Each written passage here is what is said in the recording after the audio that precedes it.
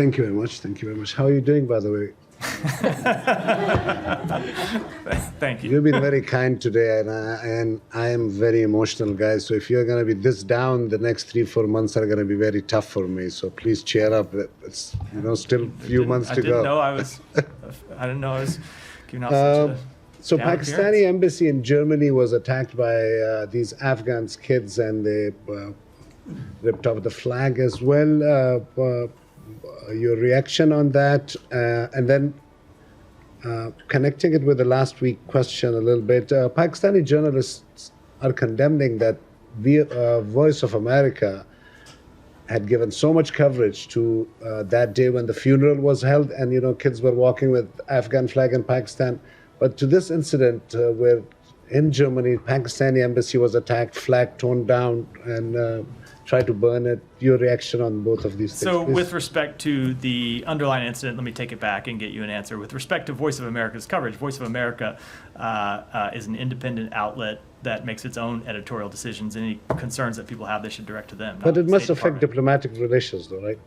They make independent editorial decisions, and you should direct any questions to them. Okay. Just one question more, please. And because this question, me and you have talked about it so much, not as much as Imran Khan.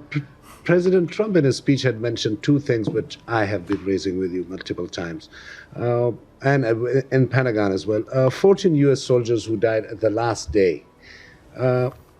And I asked for inquiry at the Pentagon. My issue was that the U.S. was already withdrawing.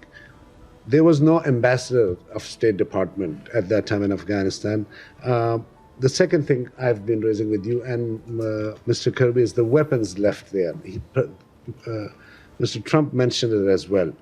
Now, the other thing is Reuters mentioned, again, this issue I've mentioned with you, that the U.S. funds to Afghanistan may have landed into the wrong hands as well.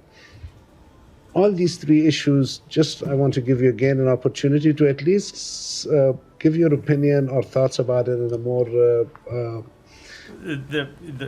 If you want a different answer, you're not going to get one. With respect to the to weapons, I would defer to my colleagues at the Pentagon, obviously, who I think you've said you've raised that question with before. They're the appropriate agency to speak to that.